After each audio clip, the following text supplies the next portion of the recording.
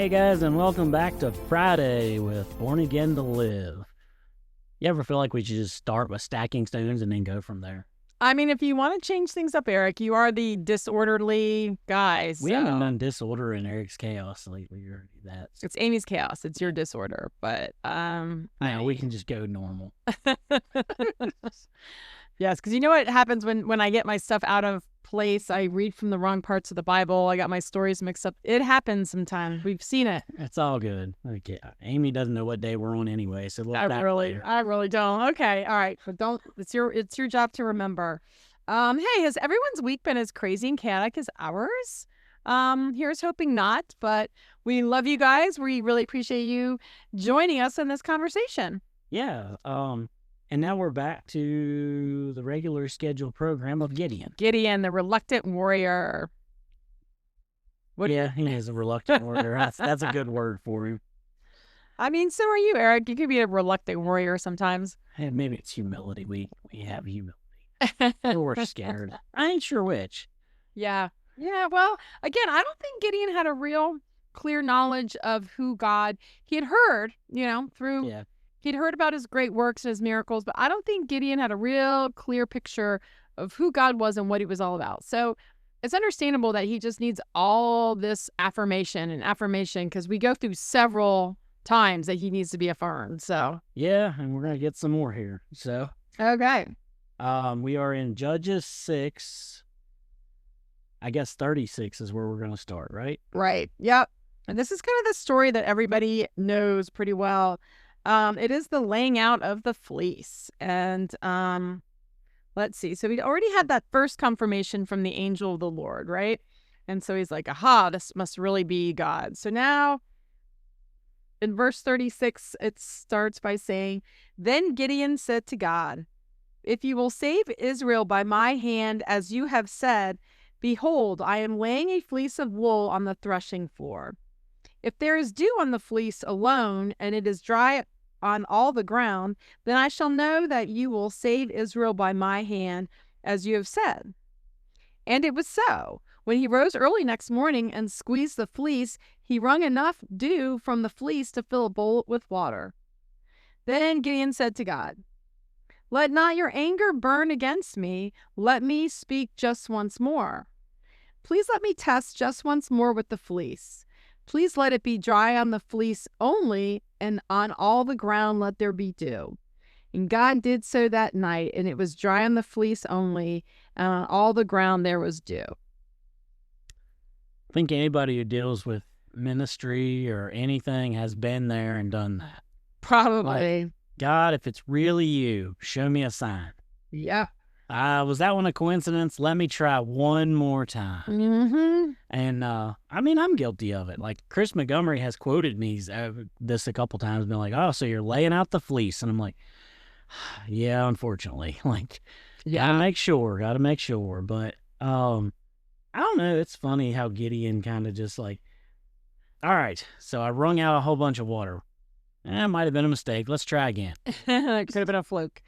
But okay, as you're talking, Eric, here's the thing that kind of came to my mind is if we'd gotten the answer that we wanted, we wouldn't have needed further confirmation. Clearly, Gideon did not want to do this. He did not want to answer God's call. So he's like, okay, well, I want to make sure it's from God. And God's like, yep, it's from me. Now do it. But that's not the answer he wanted. He wanted to be able to see, I told you it wasn't from God. I don't have to do this thing. And how many times do we do the same thing? We're like, I'm going to wait on God to answer me. But we already made up in our mind what we want to do, But I mean, there's nothing wrong with being super excited about something that you feel God has called you to do. But yeah, if it was an affirmation to something you already wanted to do, you would have never asked a second time. Yeah, that's true. Yeah. And that's probably, at this point, like you said, Gideon didn't really know what God could do. And he was like, if you really are going to save them through my hands, and I'm just this little youngest brother or youngest son in the smallest tribe in all of Israel, and you're like, oh, really? That's what you want me to do? Like, yeah. So I don't know. I can see his point, but after he had already tested God in the first part there, that kind of makes it a little more difficult, I guess, to see. Um, but some of the things we do this in, I mean, in our own lives, we'll do it with relationships. We'll do it with, um, I mean, I did it with ministry school. Like, I kept telling her, I clearly heard God say, like, this is something I want you to do. And then I kept coming up with excuses like, well, then you'll pay for it or, Mm-hmm. whatever. And then when he did that, I'm like, well, I still don't have time for it. But then he made time. So Mm-hmm. it's the way we do things. It's how I guess, our human nature to question. And that's why God has to have so much patience with us. Yeah, definitely. Well, and he knows our needs too. So when we throw out things like, well, God, I know you're calling me to do this, but I need this, I need that. Like in Matthew, God knows what we need. He knows what we need before we ask for it. So he'll find a way, but sometimes God is waiting us to move first, right? Like, hey, sign up for this. I will get you that money that you need, but I need you to just answer the call. Yeah, we're saying, God, I can't afford to pay for ministry school, and I'm expecting, well, go play these 5 numbers in Powerball, and I will get you it. But God's answer is I'll have someone else pay for it. Yeah, yeah. He'll always come up with a way that is It's not give you the money; it's get the money. Yep. Or something around that. It's just weird how sometimes God just does it, and we're like, I wasn't expecting that. Well, that's because God's thoughts and ways are so much higher than ours. Yeah. That what our one singular thought isn't even on his radar. Yeah. He's like, I'm over here in another world doing something. And that's where we get so lost in his calling sometimes, is that we overthink the simplicity of God being God. Yeah. And we can't see how he's going to make things work out, which, again, goes back to scripture, like lean not on your own understanding. Because when you and I need money, that's we're like, okay, well, outside of winning the lottery, which we have a 1 in 45 million chance of winning, like, I really don't know where God's going to come up with this $300,000 or whatever it is that we need for our ministry or our church or whatever the thing is. Like, we're just such finite human beings. We can't see the path. We can't see the answer, but God already knows the answer. And he could use someone 3 time zones away that's like, hey, I've got like this $200,000 I want to gift to somebody. Like, Yeah. It's just, and then when you really see God answer those prayers, you're just like, wow, like I never, and that's how you know it's God. That's how you know it's God. Yep. And that's, couldn't have said it better myself. Like, he is God. And that's what's, I got out of that section with the dew and the fleece. Yeah. Is not only was he showing Gideon that he was going to give him his sign, but that he was the powerful God because he controls the dew. Yeah. He controls where and when the dew hit. There's no greater power than to be able to control the weather, control the entire environment, basically. And God, in that one little simple act, showed him that he was the most mighty thing that you could do. And Gideon probably had no clue at that point, because he didn't know the signs from Egypt and the signs from the wilderness, and it wasn't talked about because they were serving the wrong gods. And then it's like, oh, so you are God. You're not a God, you're the God. And so, by controlling the fleece and the dew, he's showing his character to him, I guess. Well, I think he shows how powerful he is, and then on the same hand, he's showing how intimate and loving he is as well, right? Because he could have just, he could have done this in such a different way. He could have spoke to Gideon in that like voice like thunder. He could have done so many different things, but he's like, Gideon, you're just really struggling to believe in me, but I'm just gonna, because Gideon's like, please don't be mad at me, because Old Testament book said not to test the Lord. And so Gideon knew just by simply doing this, he was breaking a commandment. But God could have handled him really harshly. And instead, he's just like, all right, son, I'm gonna play by your, measly little human rules, because I know you're struggling and I know you need that affirmation. And I want to use you. I want to use you, Gideon. So I just love that he was like powerful and yet compassionate, all in that one act. I just think it's so cool. Yeah, it's and like I said, that's the most talked about or discussed part of his story, probably. Yeah. Well, one of them. We're gonna read the next one now. Right. But so after that, we go to chapter 7 of Judges, and it starts with just setting up where this battle is basically laid out. That Gideon and all of his people are on one side, and Midians are on the other side. But they're what? They start out with 22,000. A lot of people. Yeah, 22,000, and God says basically, God says to Gideon that there are too many for me to give the Midianites into your hand. So God's telling Gideon, like, all right, you got 22,000. That's too many because you're all going to take the victory as yours. So I need you to lower that number. So Gideon sends them out, and when they come back, 10,000 is all he's got left. Well, yeah, God tells him to tell the ones that are afraid to leave. So 12,000 leave. Half of his army is terrified to fight. So yeah, that says something right there. So he's down to 10,000, and then we're going to start there. What, verse 4? Okay, sure. Yeah. And then the Lord said to Gideon, "The people are still too many. Take them down to the water, and I will test them for you there.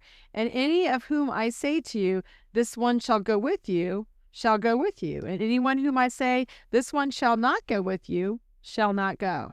So he brought the people down to the water. And the Lord said to Gideon, this is a funny part of this story. "Anyone who laps his water with his tongue as dogs laps, you shall set by himself. Likewise, everyone who kneels down to drink." And the number of those who lapped, putting their hands to their mouths, was 300 men. But all the rest of the people who knelt down to drink, but all the others knelt down to drink water. And the Lord said to Gideon, "With the 300 men who lapped, I will save you and give the Midianites into your hand. And let all the others go, every man to his home." So, is that good? I think that's good. Yeah. So, yeah, I mean, you're at 22,000. God says, so, well, you got too many. Let's go to 10,000. He gets to 10,000, and God's like, no, you still got too many. So they go down to the water, and you got to think like Gideon probably at this point. But you're sitting there, and God hasn't told you which ones to take. Mm-hmm. But he's like, all right, so the ones who lap like a dog or the ones who kneel down, send them in their own directions. And so, just being in Gideon's mind frame probably at this point, he's sitting there looking, and he's like, man, that pile over there is really small. Yeah. I hope he gets that group. And then God's like, nope, I want that 300. I don't know how many Midian had, but I mean, tens of thousands. Yeah, right? Later I think it tells us in the story it was like 120,000. Yeah, that's a crazy. 120,000, whatever, which is a pile of people for 300. Yeah. So, Gideon had to be pretty scared. Had to be like, okay, God, what are you really doing here? I'm surprised you didn't throw another fleece, quite honestly. Yeah. Yeah, but like, are you sure? Like, let's go through that water thing again. Yeah. Let's bring all 22,000 and go through the water thing instead of just the 300. Mm-hmm. But that's one of the parts of the story that I guess at the Seth Addison event that morning that I woke up, I don't know why, but that's one of the things God spoke to me before I even got out of bed that morning was Gideon. Mm-hmm. And I just immediately put the YouVersion Bible app on, hit play on the story of Gideon, and listened all the way through, and went into a moment of prayer. My feet had not hit the floor, and I was just praying. I was like, all right, God, I listened to the story of Gideon. Now, what do you want me to get from it? And what he showed me and revealed to me was that, Eric, you say you want this amount of people to show up to this event tonight, but what if I only wanted 3? Yeah. And I'm like, that's awesome, but it won't really be a success is what I thought. And he's like, what if I only wanted the 3? And I was like, oh, okay. So that's where you're at with this. It's like, you're going to bring who you want and who you need and not who I think I need. So in that moment, that was my like epiphany, I guess, or whatever from God that morning was, don't be disappointed at all by your numbers tonight, because who's there is who needs to be there. Yeah. And so we had more than 3. But and that's where I was at that night, and I think I even preached on it a little bit when I got up with the mic. That's what he showed me, and I knew that there was somebody out there that night that needed God, and they were scared to come down. They were scared to move and to not be, because God is the one who brought them there. And that's what Gideon had to get through to himself, was that it was God's choice, not his. Yeah, very true. Very true. I don't think we're going to go through the whole battle today. Well, I think we need to, we're not going to go through the battle, but we have to go through that God gave Gideon yet again this final act of confirmation. Because again, I can imagine how terrifying, because I'm going to throw out the fleece and test God when I think I'm going to lead the army, tens of thousands. Because when 22,000 men show up, you're like, all right, I'm feeling pretty good about this. But now that Gideon's only working with 300, I can only imagine, that is just crazy town. So, but God, again, just being this patient and loving father, he tells, I think I'm going to read it. This is in chapter 7 now, kind of 9 through 15. I might skip a couple of them in there, but he's, so after these 300 men are set aside for Gideon, it says that same night the Lord said to him, "Arise, go down against the camp, for I have given it into your hand. But if you are afraid to go down to the camp with your servant, and you shall hear what they say, and afterwards your hand shall be strengthened to go down against the camp." And I think that go down against the camp, meaning attack, right? Yeah. That's what he's talking about. Yeah. So now God's giving him this final time to get that affirmation that he so desperately is needing once more from the Lord. And I just love that he gives him that. But if you're afraid, I need you, then go ahead and go now. So he goes early down to this camp with his servant. And it says, let's see, this is in 13. So it says, when he got there, behold, a man was telling a dream to his comrade. So, they're hiding, right? They're not just standing there, hey, everybody, what's up? They're just, they're kind of hiding and waiting and listening to everything going on. I always got the vision of you sneak into the camp and you're behind the tent and there's two guys in the tent talking. Right. Kind of thing. Yeah. Just so the listeners are kind of in the same mind. I'm picturing more like a campfire where you can only see so far past a campfire at night. But at any rate, so we don't know if it's in the tent or the campfire. I don't think it says. But I feel like I have to sneeze, but maybe not. Okay. Anyway, so the two men at the enemy camp is saying, "Behold, I dreamed a dream, and behold, a cake of barley bread tumbled into the camp of Midian, and came to the tent and struck it so that it fell and turned upside down, so that the tent lay flat." That was the dream, right? And his comrade answered, "This is no other than the sword of Gideon, the son of Joash, a man of Israel. God has given into his hand Midian and all the camp." That's crazy. So he gets this prophecy that the very camp they're in, the very camp that they're there to fight against Gideon, oh, well, we got this dream and now we're toasted. Yeah. Basically. So, with the story to be continued. What? Is it time? Yes. All right, well, we got to stack some stones. Oh, for sure. Okay. But then we will definitely pick this up on Monday. All right. But see, I went first last time. I'm gonna make Amy go first. Fine. I don't know why I always complain about going. It's always such a good thing to stack stones. Okay. So the stone I want to stack is it's Michael Sears again. I stacked it on Saturday with the kids, but I have just, again, his born again life. I knew him for so many years, Eric, and he barely spoke a word to me. I mean, if he had to go to the bathroom and he didn't know where it was, he still wouldn't even ask. He was that quiet and shy and unapproachable, really.